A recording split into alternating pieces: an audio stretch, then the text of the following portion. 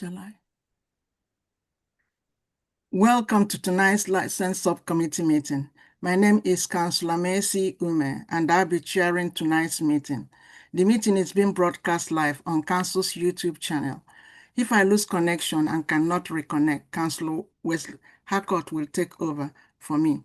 I would like to remind all participants a few housekeeping points. Please keep your microphone muted unless you are speaking. Please keep your camera turned on when you speak at the hearing.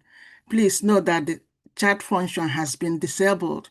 If parties wish to add any additional information other than their allocated time to speak, they must use raise hand function so that they are not missed. I also ask that members keep their questions and comments brief to the point. I now move to item 1 on our agenda. Apologies for absence. None was received. Item 2, declaration of interest. Do members have any declaration of interests? No. Item 3, cooperative, COP, 54 Oxbridge Road, London, W12 8LP. I'd like to ask everyone participating to introduce yourself as I call on you. We should have with us the applicants of the review, James Dinsmore. Good evening, James Dismore. I'm a licensing enforcement officer here at Hammersmith and Fulham Council. Thank you. Thank you. We have officers attending. We have Neil. Good evening, Chair. Present. Okay. We have Adrian. Good evening, Chair. Present as well. Thank you. Thank you. We have our legal advisor. We have our barrister here, Solomoni. Good evening, Chair. Thank you. Thank you. Then we have the licensee. We have Luke, licensing agent for the premises license holder. Thank you. Good evening, Chair, Councillors. My name is Luke Elford. I'm a partner at Keystone Law and I represent the premises licence holder, NISA Enterprises Limited. Okay, thank you. We should have with us Mr. Rangatum. Sorry if I can't pronounce your name.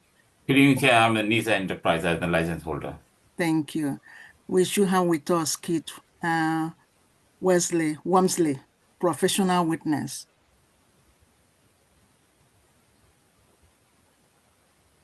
Oh, Kit, thank you. Representatives, none have confirmed the attendance, and we should have with us Charlotte, the officers, yes. Hi, good evening, Chair. Yeah, my name's Charlotte Bennett. I'm the police licensing officer for Hammersmith and Fulham. Thank you. Thank you. Procedure.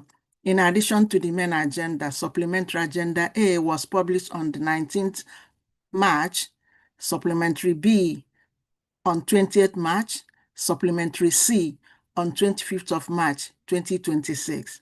I'll quickly explain the procedure the committee will follow. We will hear from the following. The licensing officer will introduce the application.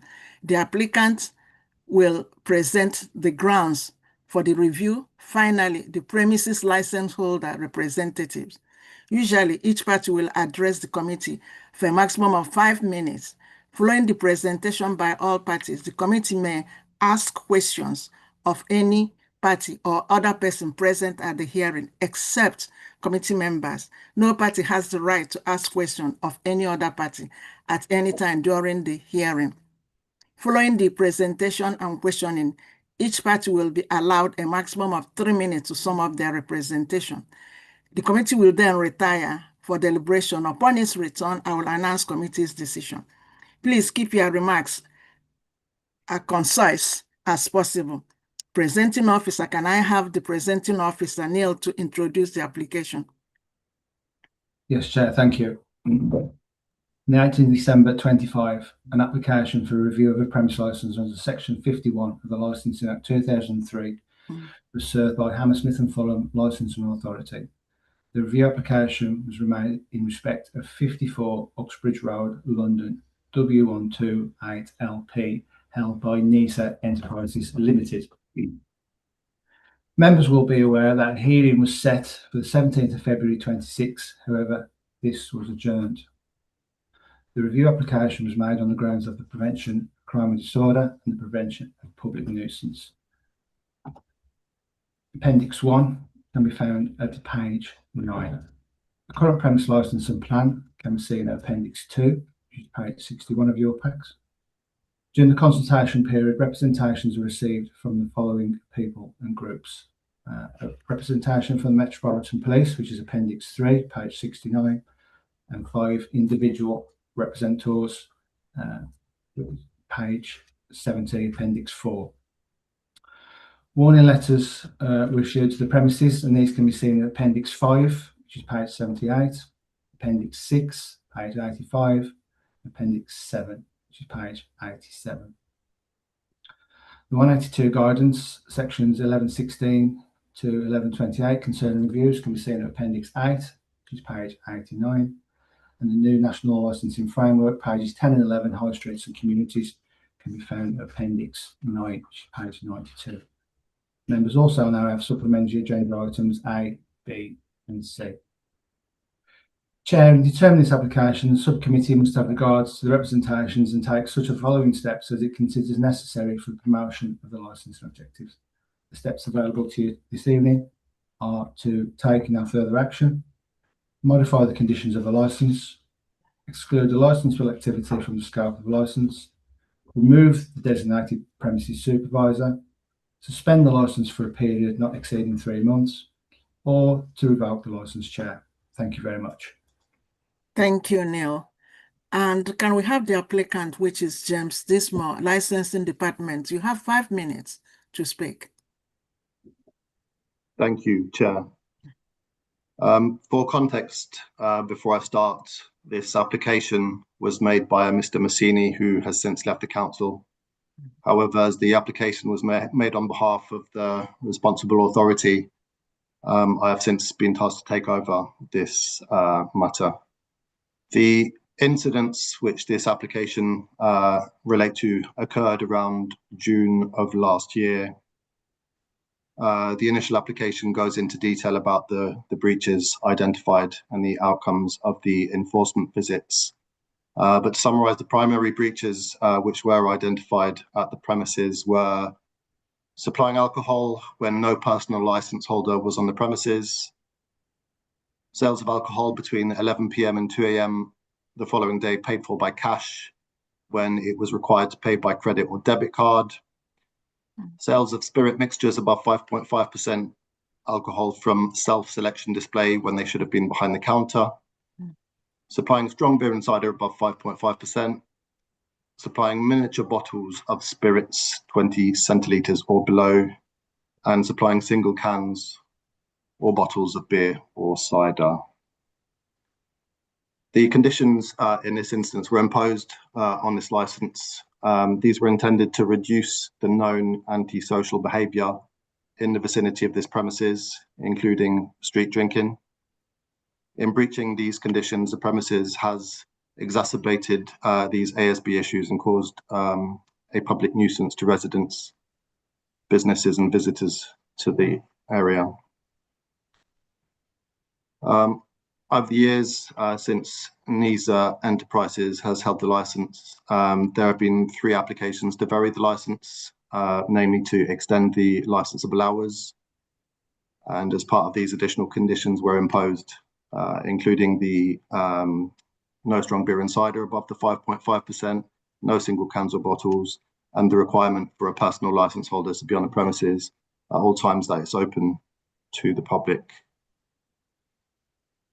There was a previous review that was submitted by the police in August of 2019 on the grounds of prevention of crime and disorder and the prevention of public nuisance. The application had sought to address problems in the area by reducing the terminal hours for the sale of alcohol to 11 p.m. and impose other conditions on the licence. At the time, the licensing subcommittee decided to reduce the hours as requested and added a further 8 conditions. However, the matter was then appealed and a consent order was agreed between parties. The main change was that the hours remained 2 a.m, but a condition was added that any sales of alcohol between the hours 11 p.m. and 2 a.m. the following day shall be made by credit or debit card only. And this is one of the conditions that was also breached encountered during the visit. There are public concerns around this premises and this area, which experiences ongoing issues around antisocial behaviour, including street drinking, which has been raised by residents, and specifically regarding the stretch of Uxbridge Road where the premises is located. The breaches themselves were identified over a number of visits and test purchases conducted in June of 2025, resulting in a PACE interview being conducted with Mr. Raghunathan being interviewed under caution. We understand that Mr. Raghunathan is an experienced businessman and has had dealings with our licensing team over a number of years. As such, we feel he would have been aware of the issues surrounding ASB in the area, the reason for the conditions being imposed and the importance of adhering to them. We feel these are serious failings by the business to adhere to the conditions on the license with no satisfactory explanation provided. We feel that trust has been lost and lessons from the previous review were forgotten. We therefore invite the licensing subcommittee to consider revocation of the license. Thank you, Chair. Thank you, James. Can we have our PC, Charlotte? You have 5 minutes to speak. Thank you, Chair. So I'm speaking today on behalf of the Metropolitan Police, and we are in support of the application that was made by Trading Standards to review the premises licence for Co-op 54 Uxbridge Road. So my position is based on the evidence that was presented by Trading Standards, where they demonstrated that there were repeated breaches on the licensing conditions in their application. So the conditions were specifically imposed to address crime and disorder in the associated with the venue. Despite this, the premises has still failed to comply. For us, the breach of condition 51, which requires all alcohol sales between 11 p.m. and 2 a.m. to be made by card only, that was a noticeable breach for us. So from reading the application, a test purchase on the 17th of June 2025 confirmed that cash was accepted during these hours. This condition is usually in place to deter late night alcohol sales to individuals who are often involved in street drinking and antisocial behaviour. And that's particularly those who may not have access to a card payments, and that could be due to their personal circumstances. So that could be street drinkers that may be homeless and they beg for money, and then therefore they may have cash that's more readily available to them. So this too has an impact on their vulnerabilities that they're already presented with. The condition also ensures there's an auditable record of sales, and cash does not always produce this. So there was also evidence that no personal license holder was on duty during inspections, and that staff and security lacked understanding of the license conditions when it was raised with them. For us, this raises concerns about the management and the control of the premises. The area around Shepherd's Bush Green is already known for high levels of antisocial behaviour, and that includes street drinking, drug use and violence as well. So I believe there should be a robust management in place to work with their community and the appropriate authority services in the area. Residents routinely report ongoing issues such as late night gatherings on Uxbridge Road where there's public drinking. Can be aggression amongst some of the street drinkers along Uxbridge Road, and particularly in the vicinity of the premises and Shepherd's Bush Green. So it's important for me to emphasise that any sort of poorly managed premises may contribute directly to these issues by supplying alcohol to those who choose to engage in these sorts of behaviours. So by continuing to sell products that they have been restricted from selling and failing to follow the conditions like the card only rule, for me the premises is actively attracting the clientele associated with street drinking and disorder. this is not just a failure of the compliance, it's also contributing to the existing problems in the area. And then that places an additional strain on police and other emergency service resources as well. Whilst I acknowledge I've looked at the data that the store itself has experienced crime, I think the ongoing non-compliance is, if anything, perpetuating the issues that the premises say that they suffer from as well. The conditions on the license are there to break that cycle of crime and not reinforce it.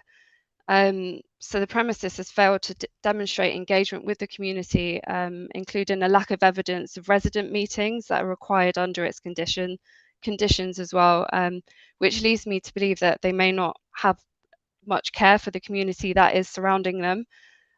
Street drinking in the area is a significant concern for residents in the area and also for, obviously, police services. Those involved in this in street drinking can sometimes be quite aggressive, and this just creates an intimidating environment for the public. I think there's a shared responsibility between us all to try and deter this behaviour. Issues can massively be reduced if a premises adhere to their conditions. Sometimes I think a business appears to look at a short-time financial gain rather than look at community safety and breaking that cycle of crime that's going on. So for that reason, this is why the Metropolitan Police fully supports this review. Thank you, PC. Thank you. Please, can I ask Mr. Luke, you are going to be speaking, but can we have some of your cameras turned on? Mr. Keith, is it possible you have yours turned on as well? Mr. Keith, thank you, Chair. We'll ask them to put their cameras on if they're speaking. Okay, Mr. Elliott, you have 10 minutes to speak. Thank you, Chair. I will do my best to fit this into 10 minutes, but this is a review of my client's premises license, and I have a fair amount to say about this application. I'm going to refer you to various pages of your various agenda packs to try and help you through. And at the conclusion of my submissions, I'm going to invite you, please, to take no action in respect of this premises license at all. I'm effectively going to ask you to refuse the licensed authority's application. Now, Chair and councillors, I'm going to say some things that are going to make you and your officers uncomfortable, and I make no apology for that. These things need to be said. Good. This is a very intriguing application. It could easily be a television drama. We have got officers of the council willfully ignoring correspondence, choosing to respond to correspondence only extremely late in the day, officers of the council having no regard to the Section 182 guidance, which they must have regard to, and failing to work in partnership with the premises licence holder and with their representatives. We have officers of the council realising that they've made mistakes and seeking to cover up those mistakes. There is a pervasive undercurrent throughout this application from the council of non-compliance with procedure and collusion between officers that should be separated. There is inaccurate and misleading paperwork that has been presented to you. And last, but by no means least, there are officers of this council who have committed criminal offences that the council now seeks to turn a blind eye to. It sounds pretty juicy, so I'm going to get into it. To properly understand this case, councillors, you have to understand the background that is involved. You don't need to go quite as far back as it is suggested by your officers. 2019 is 7 years ago now. That really is too far back to be looking at a premises operation. And a lot has happened and a lot has changed in that time. But the date you do need to go back to, please, is the 24th of September 2025. And if you're worried about losing track of this background, it is set out for you in full in my letter to you of the 13th of February 2026.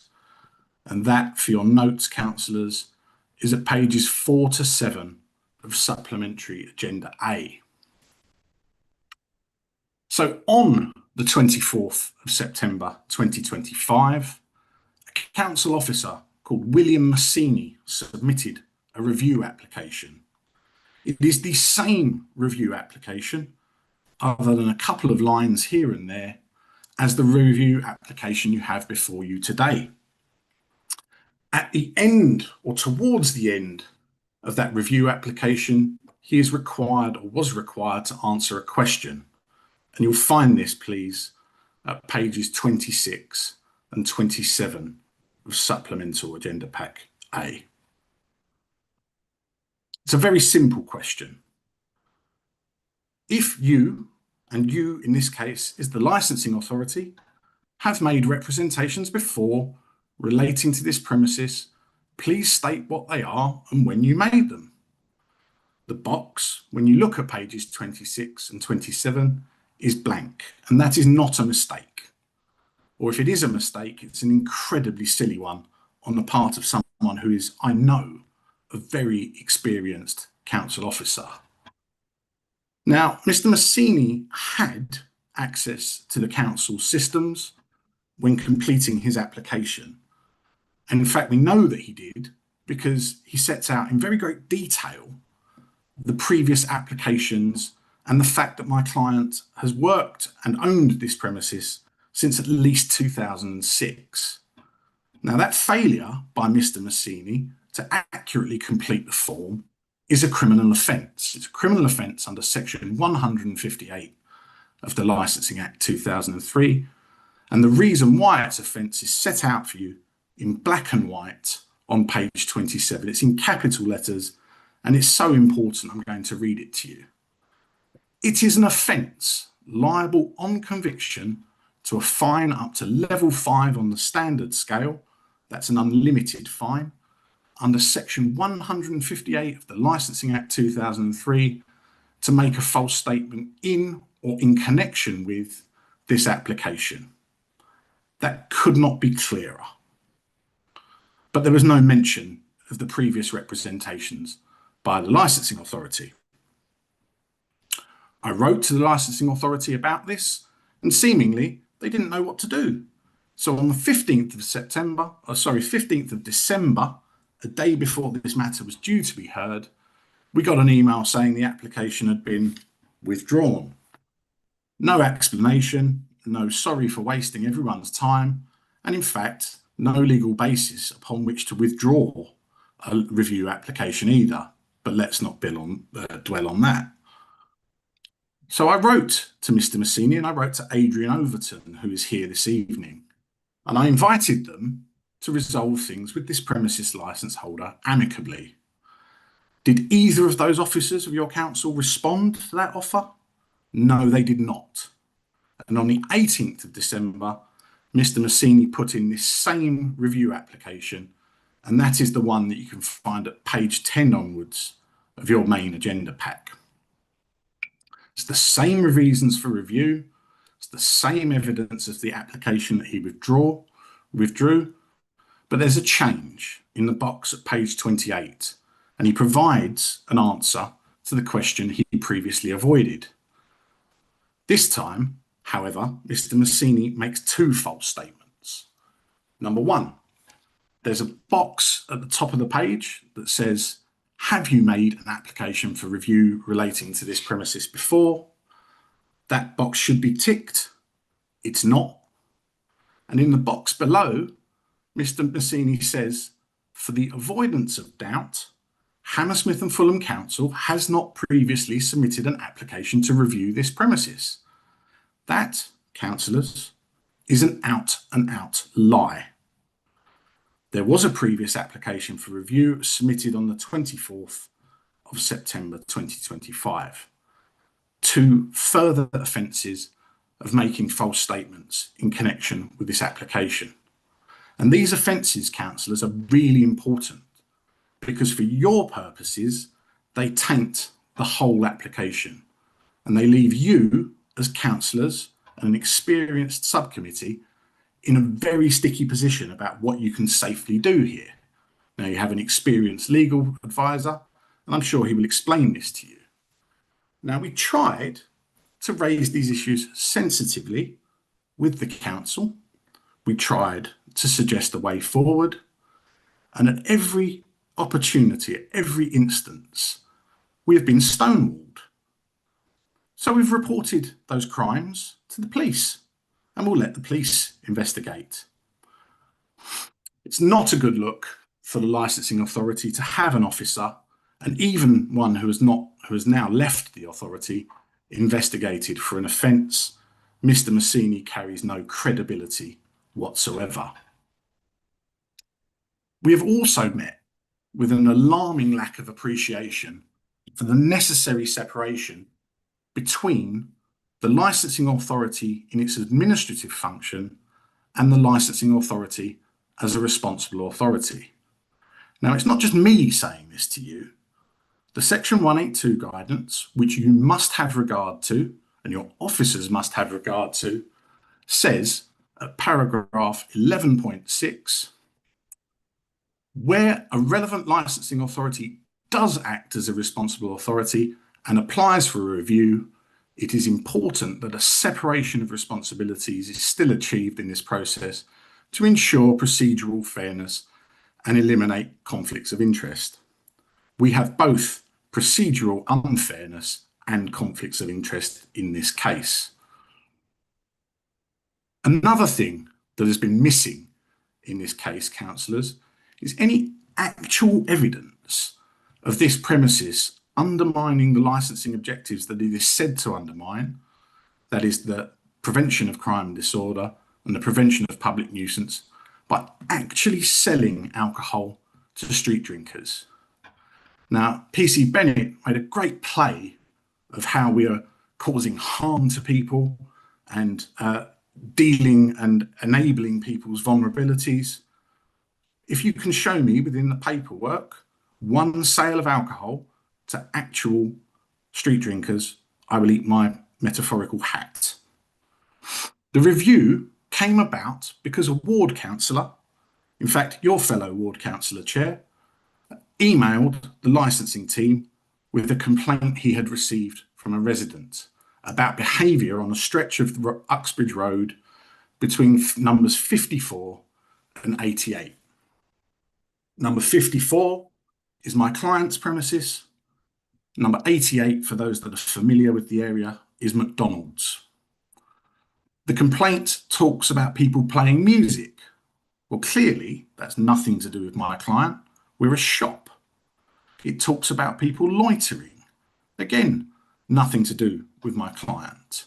People come and go, they buy goods, they move on. What these are, councillors, can be properly described as issues of cumulative impact. And cumulative impact, as you know, and as your legal advisor knows, are issues that cannot specifically be linked to a particular premises, which the issues that are mentioned in the email to the ward councillor cannot. And cumulative impact, as you know, and your legal advisor knows, is not a basis for revoking a premises licence. Never has been, and hopefully never will be. The representation from the police is as weak a representation as you are likely to see from a serving police officer. All it does is regurgitate the review application. As far as we are aware, the officer has never been to the venue herself. She has no actual evidence to support the conclusions that she's come to, and she effectively blames the police's inability to police the streets properly on my client, which is unfair in the extreme. The representations in support of the review from the other persons, one of which is completely irrelevant because it talks about this being an application for a new licence. Why it even remains in the paperwork, I will never be able to work out, but I suspect that someone has taken the view that more is more. Now, councillors, the paperwork that you have been presented with is not even accurate. For example, you are referred to the National Licensing Policy Framework, and that is at page 92 to 94 of your main agenda pack. Now, I don't know what you know about the National Licensing Policy Framework, but I know that it only applies to on-trade premises. It has nothing to do with the off-trade. It literally says this at part 3. The representations from other persons in the main are identikit, they are cut and paste, and it is clear that whoever generated them wants the site to be something other than a shop, and that is made clear in the representation. Now, you may be forgiven for thinking from what I've just said and the allegations that I've made and the facts that I've raised, that my client has done nothing and has just carried on. That's not the case at all. My client I'm has been. afraid I have to stop you, Mr. Ilford. I've given you extra 5 minutes. I've given you extra 5 minutes. I'm sorry. I'm sorry.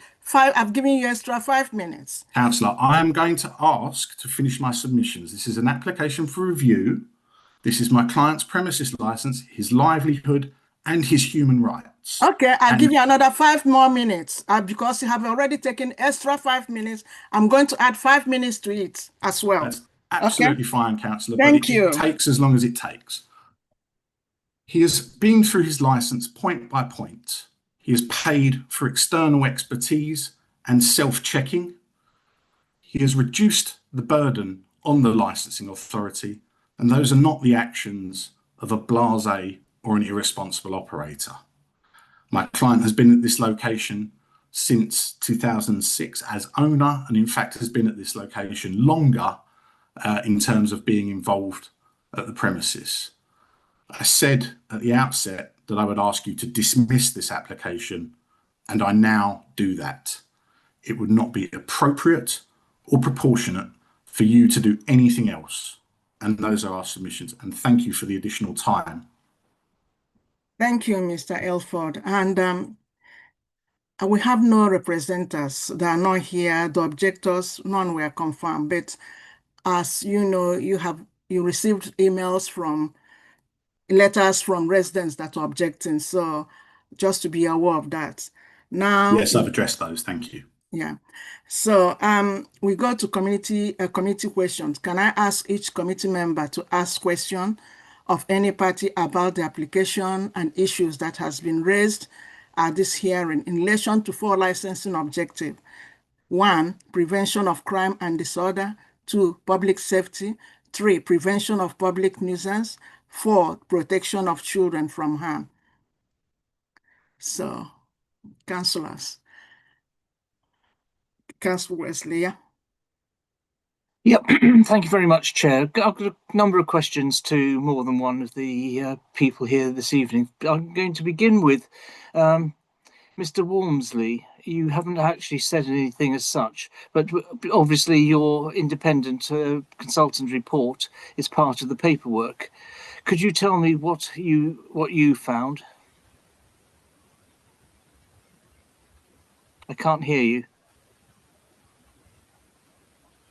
Still can't hear you. Keith, we can't hear you, unfortunately.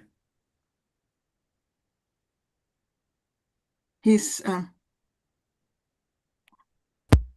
yeah, you are on.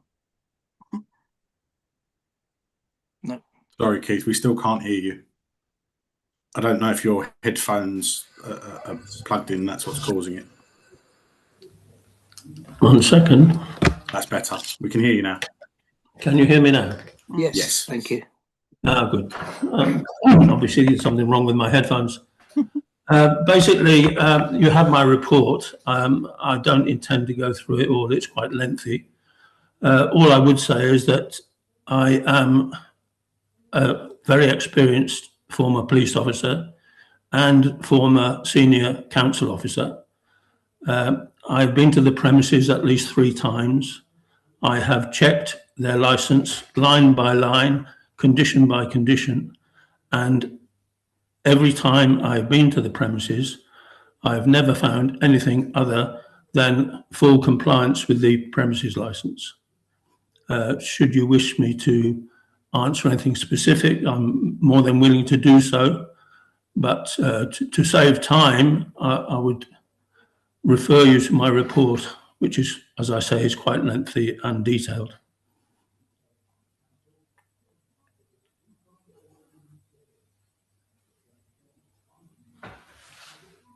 Apologies on my part that that delay. Yeah, thank you very much for that. I have indeed read the report. It is quite lengthy. Can I ask PC Burnett? Is it Burnett? Yeah. No. About what evidence the police actually have about this particular set of premises.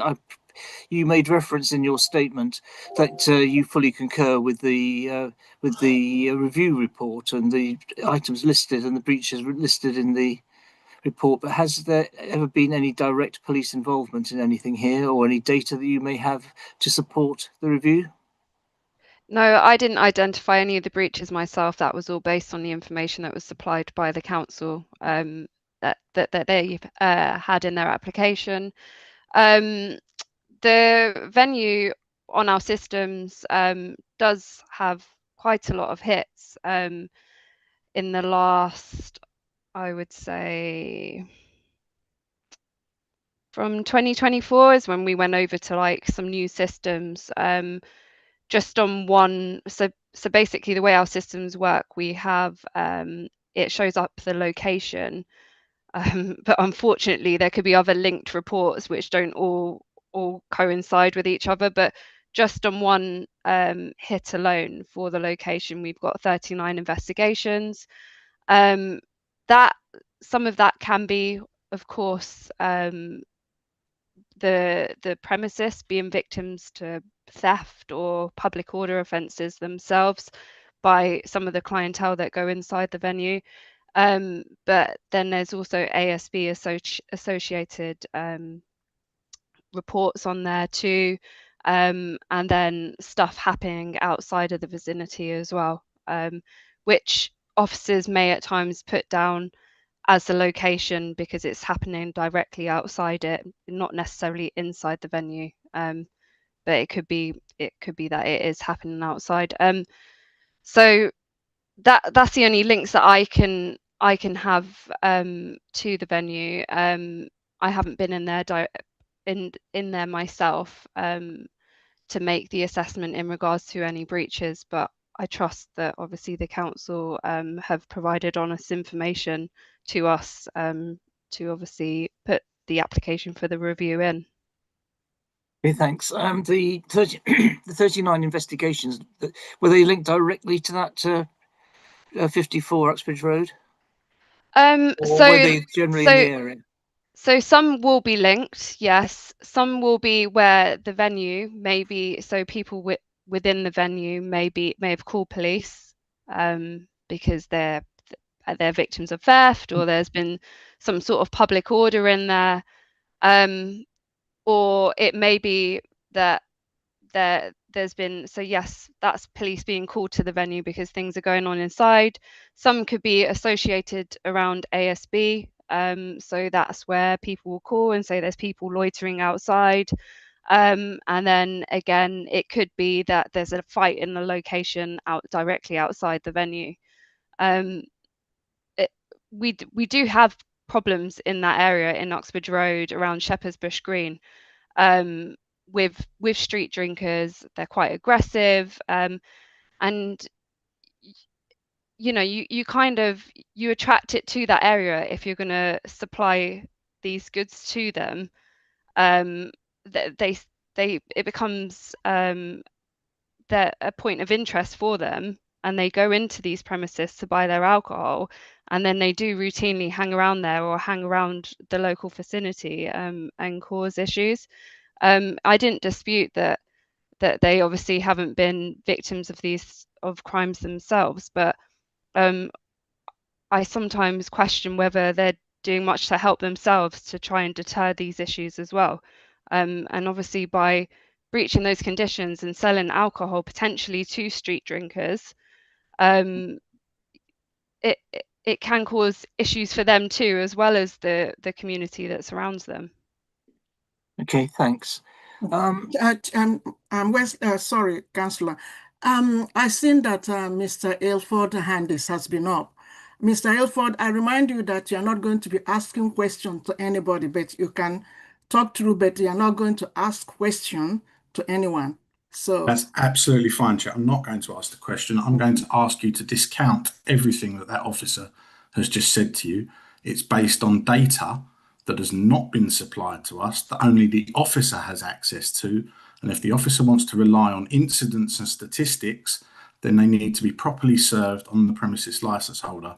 To be fair to the officer, she has identified the problem with landmarking and the fact that crimes or allegations of crime get attached to specific addresses when in fact they may have nothing to do with that premises whatsoever. But of course, you're an experienced committee and you have an experienced legal officer, so I'm sure that you'll bring that to attention. But my submission is you should not place any weight whatsoever on what you've just been told by the officer there regarding numbers of incidents.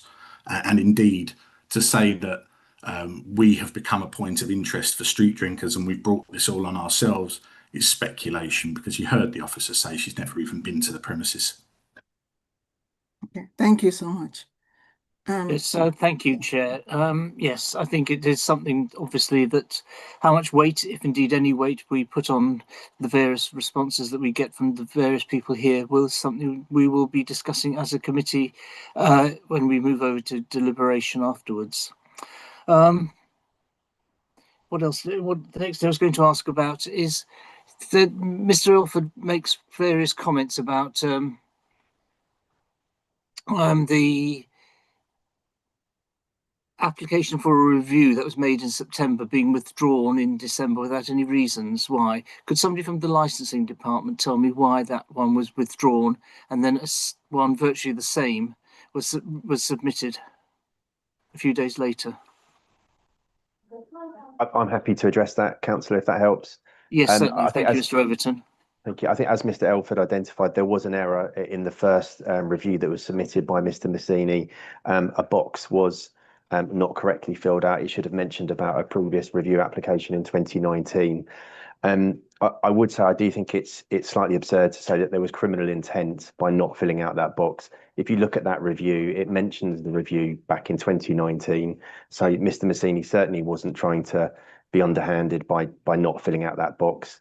You know, there's an awful lot of information in a review application, and an awful lot there to consider, and it was an honest error.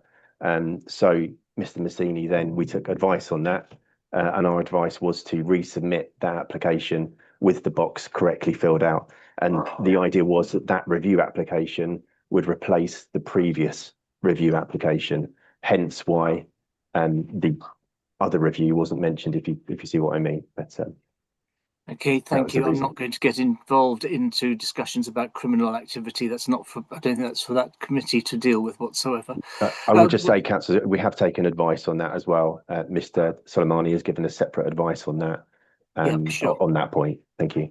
And finally, just a couple of questions to Mr. Ranganathan. Could you tell me, there was this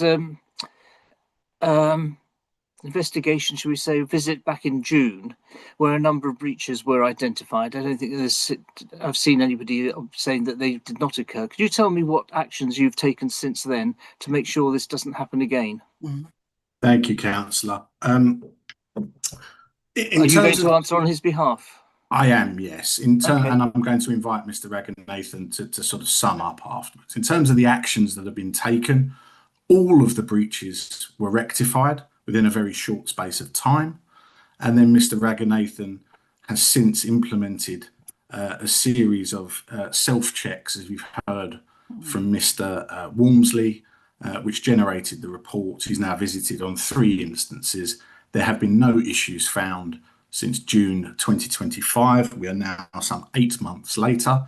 The licensing authority have not visited and found any issues, or not visited that they've told us about and found any issues, although we do believe that visits have taken place.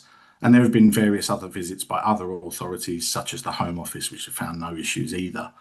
Raghu, would you explain to the councillor, please, what you have done specifically, including getting Keith on board and the personal licenses that have been obtained for your staff? Good evening, Councillor. We have caught every single person in the premise at the moment. I think 3 employees a couple of weeks ago, a couple of people, they are also going under training. All of them have a license. after the incident. They were in the process of doing it, but we could everybody have a license holders now. And second thing, Heath was employed a regular visit by every month now to be checked by every month. Every month, once in a month, he come unknown time. He said that he won't say anybody to say when it's coming. He's going to come and visit every month and checking it, which is done. And within the incident, he done 3 times. So now it's permanently I put him to come every month. That's been done. And third one, I got about 8 people, license holders in the premises, and also I'm in the position of changing it. The more people into a couple of more people being recruited, and they're also in the licensing course at the moment. So most likely, a couple of months' time, they all will have a license holders in the store. Even that we took over, we have gone through specific hour check, and also even in the future we will put it into make sure they all have a license on the premises. Okay, thanks very much. That makes reference to personal license holders. Have you done any? One of the things that came up was there seemed to be a lack of understanding or knowledge of the conditions that had been applied to your premises by some of the staff. What have you done by way of training of them on the actual licensing conditions? Thank you, Councillor. Yeah, in terms of the training, if you go to Mr. Walmsley's report, which is in supplementary agenda A, you can see later in his report, in the exhibits to that report, let me just find the right exhibit for you. Bear with me.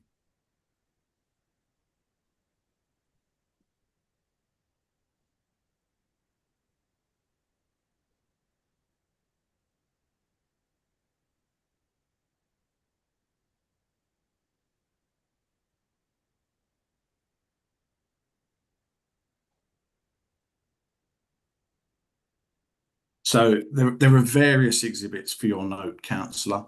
KW1, KW2, KW3, KW5, KW14, and KW20. There's also mandatory e-learning for staff on underage sales, that's KW23. And all of those are within the exhibits, and all have been examined by Mr. Walmsley during his checks, and all of the training has taken place. Thank you. Can I go back to Mr. Walmsley now, purely because Mr. Ranganathan has said that you're doing monthly visits, I believe, whereas your report talks about 2 specific visits. One, I believe, was, as I recall, was December, and the other in February this year. Excuse me, my internet had just gone down. I've only just got back. Can you hear me okay? Yeah. Oh, good. At this moment, there is no intention to do any monthly visits, although should Mr. Ranganathan require that, and I'm only too willing to do it.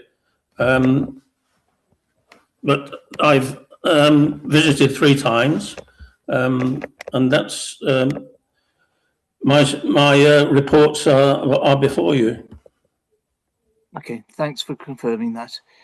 Can I finally ask, again to the licensing department, have there been any visits or inspections subsequent to June 2025? I can help with that one. I can confirm that there haven't been, Councillor, no. Okay, thank you. Thank you very much, Chair. Yeah, thank you. I have a Councillor Alpha Khan to speak. Councillor. Thank you, Chair. Well, the first question I want to ask is of NISA Enterprises. So why did the inspections on multiple dates find no personal license holder on duty? Very simply, Councillor, it has been a real struggle to retain staff. It's a very transient economy. People come and go, and it takes actually quite a long time to get someone a personal license. The company has had people with personal licenses leave, and there were a couple of instances where they didn't have the requisite number of personal license holders on the premises. Frankly, we believe that the requirement to have a personal license holder on duty at all times is over the top. Actually, it should be for the premises license holder to risk assess when a personal license holder needs to be at the premises, and then to employ a person at those times. That would alleviate some of the burden on the premises license holder to have that many staff with personal licenses. You've heard that he has 8. That is more than most bars. A follow-up question from that would be that is there now a provision that the personal license holder will be found on duty going forward for all the times that licensing activities are taking place? That is one of the conditions of the licence counsellor. Yes, if it was up to us, we would change it to being on a risk-assessed basis. But that is not something we can do. That's not something that is up for debate, but that is the condition. But are you able to meet that condition going forward? Currently, yes, because we have 8 members of staff, which I said is more than a bar or a nightclub, who have personal licenses. Quite why a small shop needs to have that number of personal license holders, we're not quite sure. Okay, then I will take this question to Mr. Walmsley with your permission, Chair. On your visits, did you find that there was a personal license holder present and on duty during your visits? Yes, I did. And were you also able to confirm that in the late hours that the venue was in operation? I did not visit any later than 3 o'clock in the afternoon, so the answer to that is no. Okay, so I want to understand here that the time at which licensing activities were taking place after 11 p.m. and that is when cash sales were recorded in breach of the license requirements, and the DCP, the personal license holder was also not present, so you were not able to establish that that was not the case anymore. If you read my report, you will see that I checked with the personal license holder and the manager on one of my visits the electronic record of sales for the previous 1 or 2 days prior to my visit, in between the hours of 11 and 2 a.m. And in that report, you will see that there are no sales other than those by credit card. And during that visit, did you find that there was a personal license holder present and on duty? Yes. Okay. All right. Thank you very much for that. I want to ask the licensing authority if that is a condition that will still continue, that a personal license holder needs to be present and on duty during all licensing hours.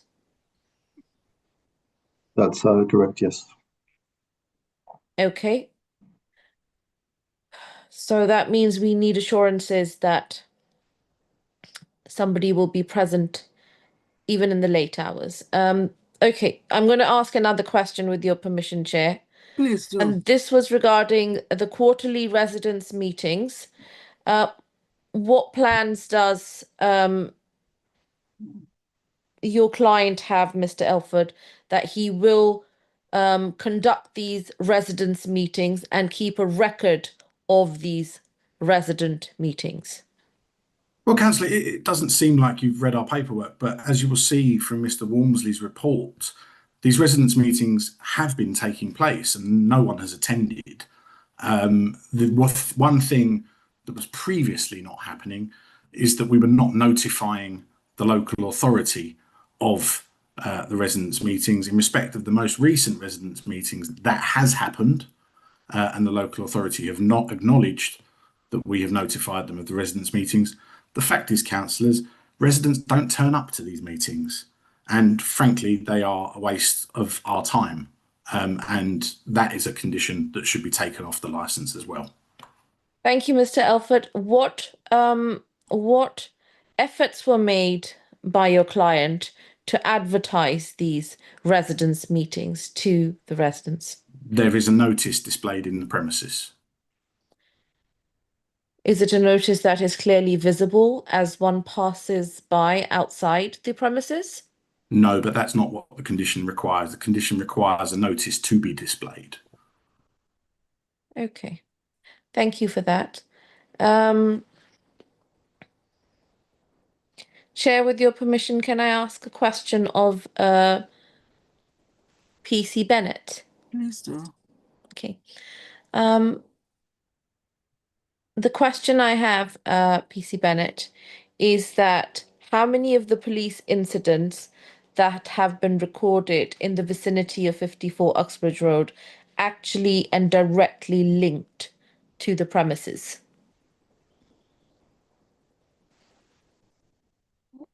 Apologies. I can't give you an exact number on that. There's a lot that are flagged up with that address. It, like I said, it could be for varying reasons. It could be that like I said, that there's violence. That we have one recently, a claim that a security guard has assaulted a member of public inside that is associated to that premises. But other incidents could be that they're reporting that they have been subjected to public order offences, or they've had thefts at the venue. There's quite a lot of data linked to that venue. From a licensing capacity, no, I haven't been inside that venue, but I did used to work response team in Hammersmith and Fulham. I was routinely called to Shepherd's Bush Green, and I have been called to that premises before for incidents of ASB, potential fights at location. Having said that, yes, that was probably pre-COVID times, so some time ago, so that may not have any relevance now. But the issues associated with Uxbridge Road in that area have been there for a long time, and in my opinion, it doesn't really seem to have gotten better over the years, and that's why I do believe like we should all be working together, businesses, authority figures, to try and resolve these issues in the area, and that's why I've said what I have said on there. But I can't give you apologies for this, but yes, there's a lot of reports associated with the venue, but I can't say that they're all criminal matters concerning them. It's all mixed. Thank you, PC Bennett. Chair, may I ask the licensing authority a few questions? Please do.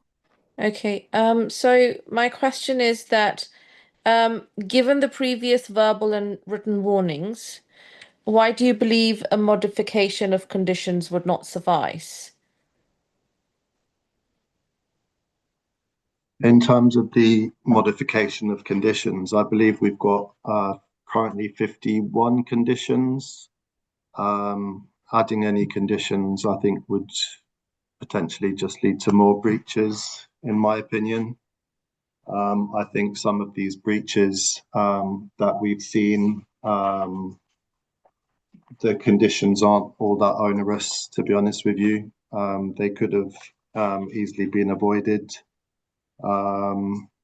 I think it was potentially inevitable having only two personal, I believe there was only two personal license holders for the business. So I think not having a personal license holder on the premises was somewhat inevitable. I think in terms of supplying the miniature bottles, it was such a large quantity that, I mean, it wasn't a simple mistake. That would have been hard to miss. So I think, yeah, what we'd like to see is well, effectively, we would have liked to see compliance from the get-go, really. Okay. Having read Mr. Wormsley's report, how do you feel in terms of the compliance plans or the improvements that have been made? Does that make you rethink your request? I would suggest that when the license inspections are conducted by the local authority, those are impartial and unannounced, with no conflict of interest. Again, I don't know how things operate in terms of the privately organised inspections, so I can only speak by what we would see from a local authority point of view. When was the last time that a compliance check was made? So there were no further visits, as the review was outstanding and the process has obviously taken longer than anticipated. There are also other premises in the area that have required our attention, and we've thought it a better use of our resources to focus on those premises whilst this matter was outstanding. Thank you so much, Mr. Dismore. For now, that's all, Chair. I'll raise my hand again if I have more questions. Thank you. Thank you. I know, Mr. Ilford, you raised your hand before. Councillor, it was just this. Again, the officer is referring to incidents and documents that we do not have. That is completely improper. Luckily, she rounded off by acknowledging that she really can't drill down into the data and give you any kind of clarity about anything whatsoever. But in terms of the specific incident about a member of our security staff assaulting someone, I'm going to ask you very much to disregard that. Thank you. I know you spoke that, Mr. Recton, the meeting for the residents, that nobody came. Where is the proof that there was a letter even sent out to the meeting? Where is his proof? Because we need equally to see his proof as well. Because the meeting is supposed to be 3 times in a year and none of them took place. And it's supposed to equally invite officers or send them letter that they had this meeting. So where is his letter to the officers that meeting took place, that he advertised it? Oh, bear with me. Okay.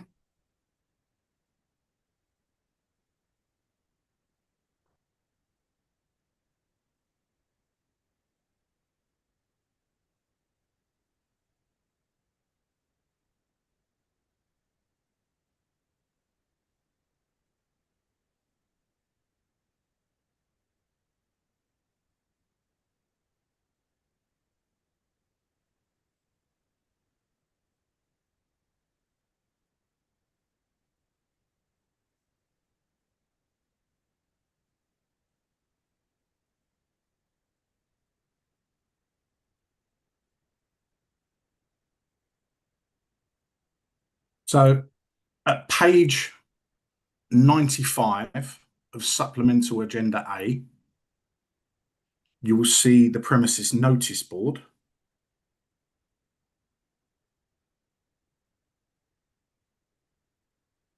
And at page 88, you will see the letter, which is an invitation to a residents' meeting for the 2nd of November 2025. That's at page 88, Supplemental Agenda A. At page 87, there is one for the 6th of June 2025. At page 86, there is one for the 5th of January 2025. And if you go to Mr. Wormsley's report regarding the conditions of the premises license and specifically the one about residents' meetings, you will see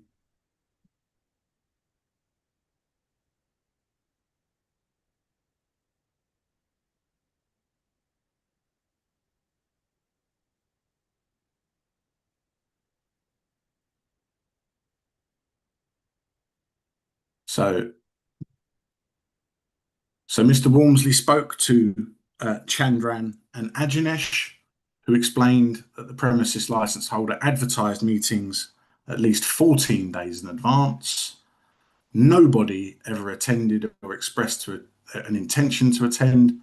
The most recent meeting was arranged for the 4th of January 2026, and I hope that one of your license officers can confirm that that meeting invite was sent to them and that they acknowledged it. But our view, as I expressed previously, is that those meetings are ocious and don't solve anything at all. It does solve things because our community, our residents, comes to those meetings at times and tell the shop owners what they need and how they feel about things. That's why it does if they turn up, but they don't turn up, do they? Well, turning up is different. If it's advertised and if they can turn up. And it depends on the time the meeting was put on as well. And for you to say that our councillor raised this issue, that's why there are councillors. If their residents complain about things, that's their right to within their to represent that put them there as councillors. So for them to bring this up it means a lot for their residents, and that's why we had a lot of residents complain about street drinking and antisocial behavior in that area. So for you to think, oh, our councillor raised this issue, it's not the right thing to say. So I'm terribly sorry, councillor. I'm going to disagree with you. Yeah. And here's why I'm going to disagree with you. I said that the councillor raised the issue with the licensing service, which he did. Yeah. I didn't say that was incorrect for him to do that. You have completely taken incorrectly what I have said. Well, that's how it sounded. That yes. And I do again, apologise. I did not mean to suggest that the councillor had done anything incorrect. It is absolutely appropriate for councillors to raise issues on behalf of their residents.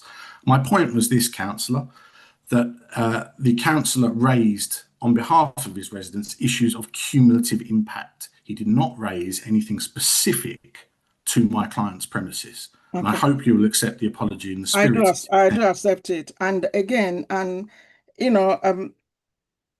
the street, what steps has, because people said there's a lot of people loitering around COP number 54. So what steps did the shop owner took to report this to police or to report to the officers? These people is always around, hanging around my premises. And what step did their client took in making sure that safety of people's safety is there? Because he didn't take any step, he didn't report anything, while the residents are complaining there's a lot of loitering around there. What step did he take on that? What step did my client take? Yes. Did he report to the police? Did he report to the council? What did he do? My client employs a security operative between 7 p.m. in the evening and 2 or 3 in the morning on most days. My client has made various reports to the police, and that will be some of the 39 incidents that are referred to by the police officer.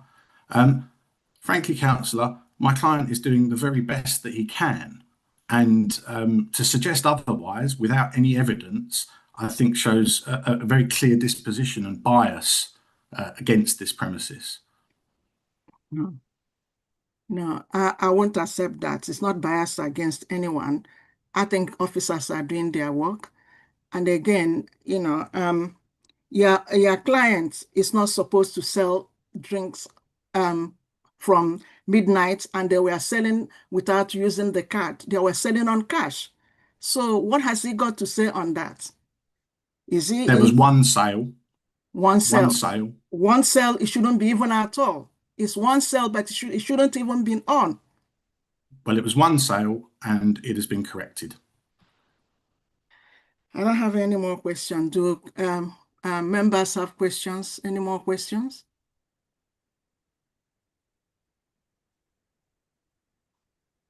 Okay, and sorry, Chair, just one point.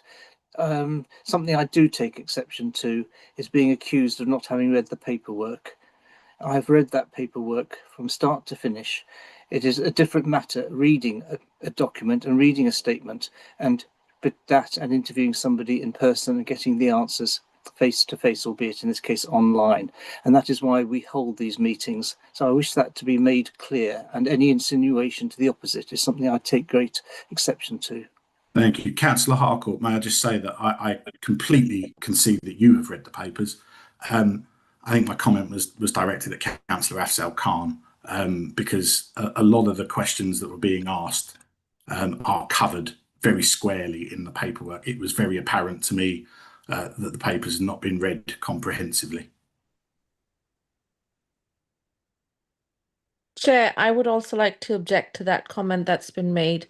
I have read the paperwork and I will not stand here and be questioned on that. But my job here is to question everyone, to make it clear to the rest of the people attending the meeting and to the rest of the people watching the meeting who might not have read the paperwork, to make it apparent to them, because there are other shop owners and people who are interested, residents who might not have read the paperwork.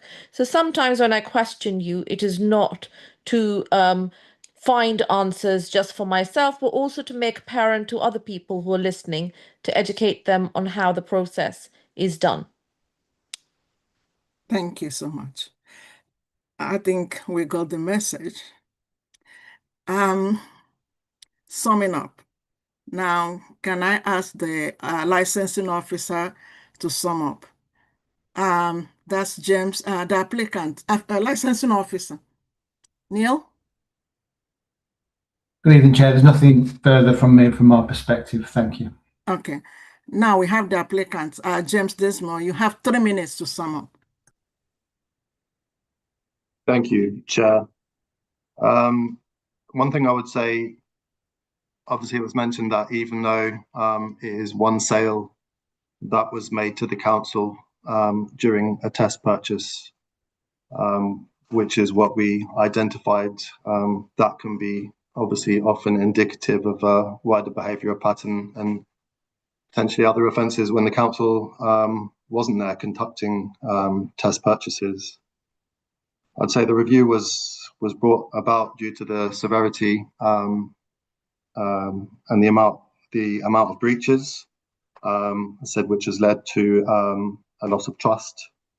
And I don't think actions would have been taken without that intervention or those test purchases by the licensing team. In terms of the conditions, as stated earlier, I think we have a fair few conditions on this license, over 50 conditions, 51 conditions. And I don't feel that just the imposition of yet more conditions would be beneficial. I have nothing further to add. Thank you, Chair. Thank you so much. Can we have PC Bennett? I have 3 minutes to sum up.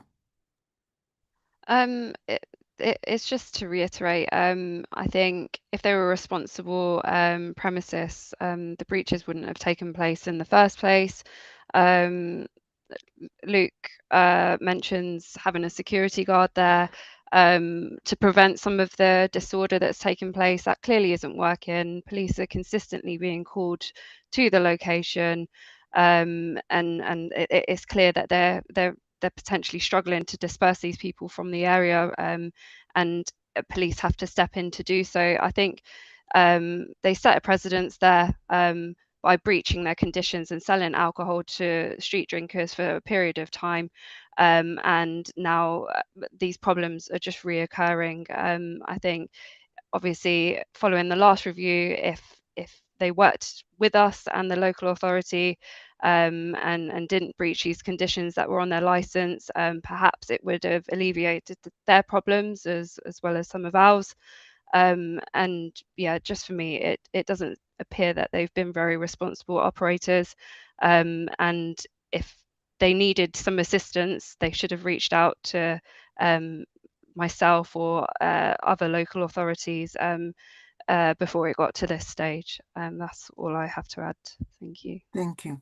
Okay, we're going to have Mr. Ilford, and they have 3 minutes each, 3 minutes each, which is 6 minutes. I'm going to allow you 12 minutes to sum up. That's very kind of you, Chair, but I'm not actually going to need that long at all. You've listened very patiently to everything that I've said. There is voluminous documentation in front of you. What I will say about this case is what I said at the outset is very much like a TV drama.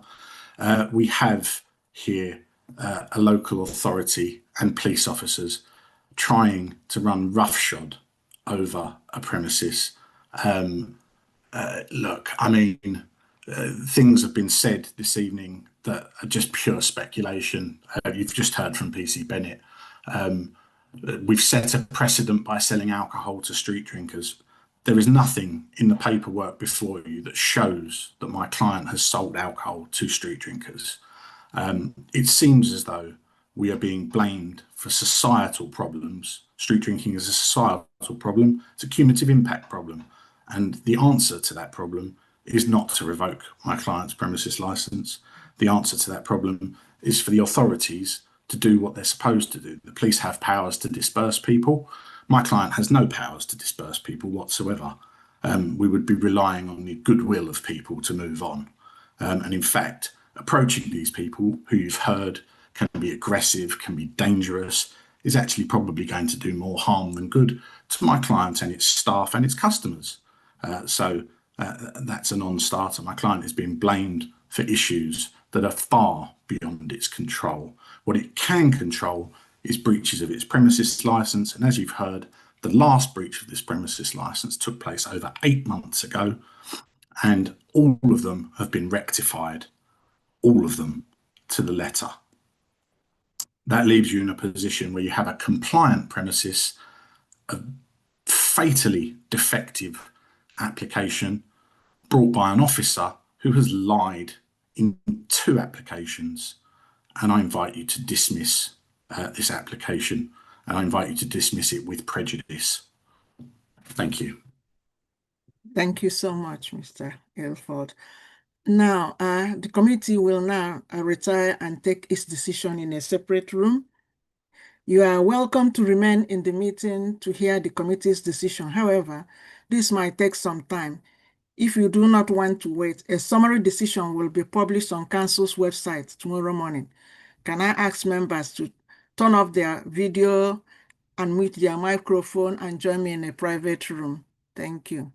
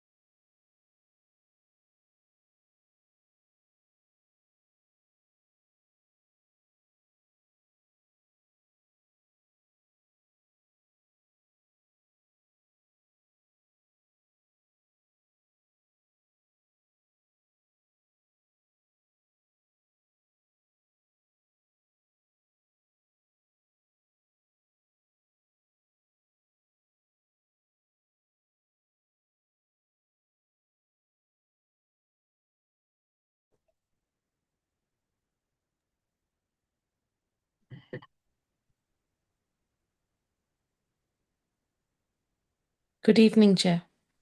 Good evening. Is everybody in? Okay.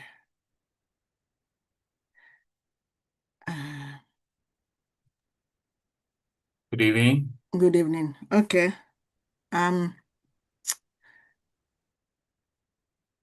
Charles, is everybody in? I reckon they are all in. Everyone's on the call, but Mr. Alford and the license holder. Oh, they're all in. Okay. Yeah, I'm here. Okay. Okay, thank you. The subcommittee has determined an application for a review of a premises license under the Licensing Act 2003 in respect of COP 54 Oxbridge Road, London, West 12 8 LP. Having carefully considered the committee's papers and the submissions made by all parties, both oral and in writing, the subcommittee had decided, after taking into account all the individual circumstances of this case and the promotion of 4 licensing objectives, to suspend the license for 3 months. The full decision will follow in due course. I wish to say thank you to everyone attending and all that